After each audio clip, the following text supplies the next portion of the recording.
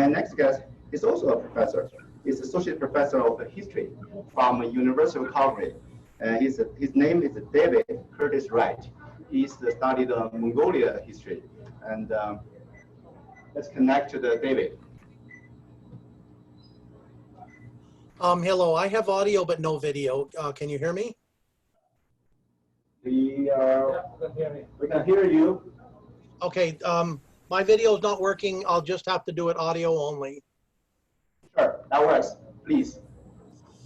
Like many, if not most of you participating in this event today, I too am an immigrant to Canada and have an immigrant's love for this land. I came to Calgary on Canada Day 1999 from the United States to assume an appointment as a professor of East Asian history at the University of Calgary. Since that date, July 1st, 1999, I have never looked back. I am happy with Canada. I like its vibrant multicultural atmosphere. And that is why I am so dismayed to see that the Canada I have come to know for 20 years is now getting overt in some of its racism. This must be stopped. Many people they feel intuitively that the United States is perhaps on balance less tolerant of racial and cultural diversity and that Canada is better. Canadians are a modest people, and so sometimes they seem to say, well, that's not true. We're just about like the US. I'd like to tell you that is not true. Canada is in fact better than the United States when it comes to multicultural tolerance and diversity. I want to keep it that way. I do not dislike the United States, the land of my birth. It's where I was born and raised and educated, and it will always be part of me. But Canada is where I have chosen to live and work and raise my family and later on to retire. For several decades now, Canada has been embracing multiculturalism and diversity, and it is, perhaps until recently in my view, a vibrant and open immigrant society. The United States is too, to some extent, but over the past 2 decades, I have perceived a subtle but significant difference. Canada embraces its multiculturalism with more ease and effortless grace and less strained and conscious effort than many other immigrant societies do, including the United States. As far as I can tell of the many immigrant societies in the world, Canada is the best there is for multicultural tolerance.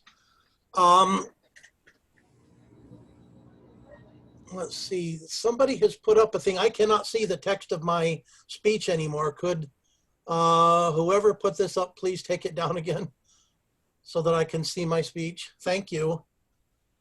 In Canada, citizenship is not about dogma or about windy declarations or about hand-on breast allegiance.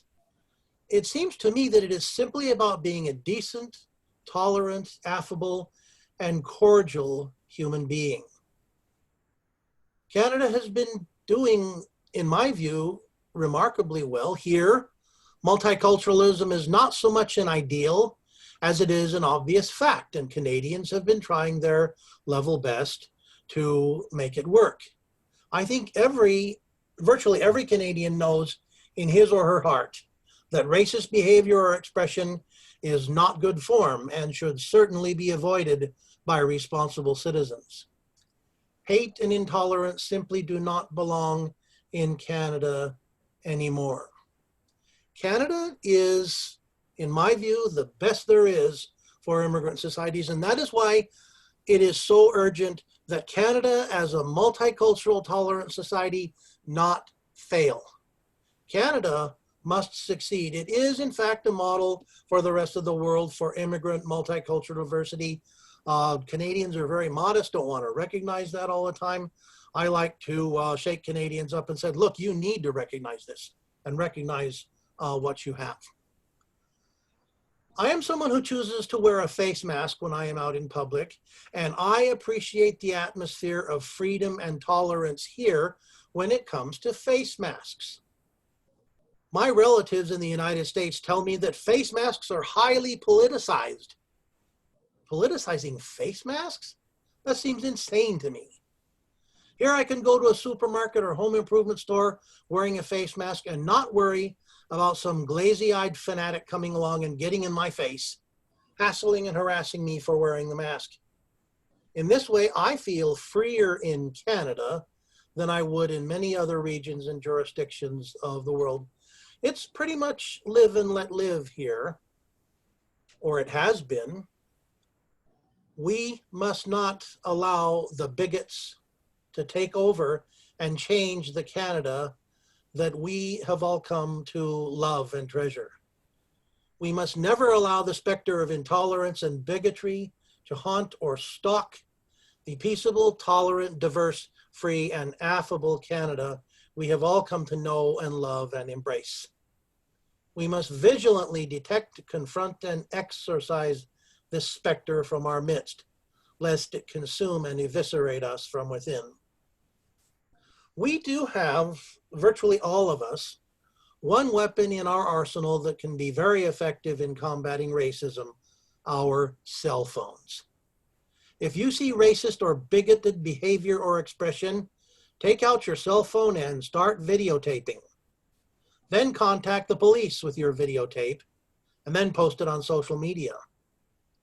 Our message to bigots and racists and those who would destroy the wonderful Canada we have all come to know and love is this: you can't have our Canada. You are being watched, and you will be called out and held to account for boorish and hateful behavior and expression. There will be consequences for being ill-humored and intolerant and not well-behaved. In other words, there will be consequences for not being Canadian. Thank you.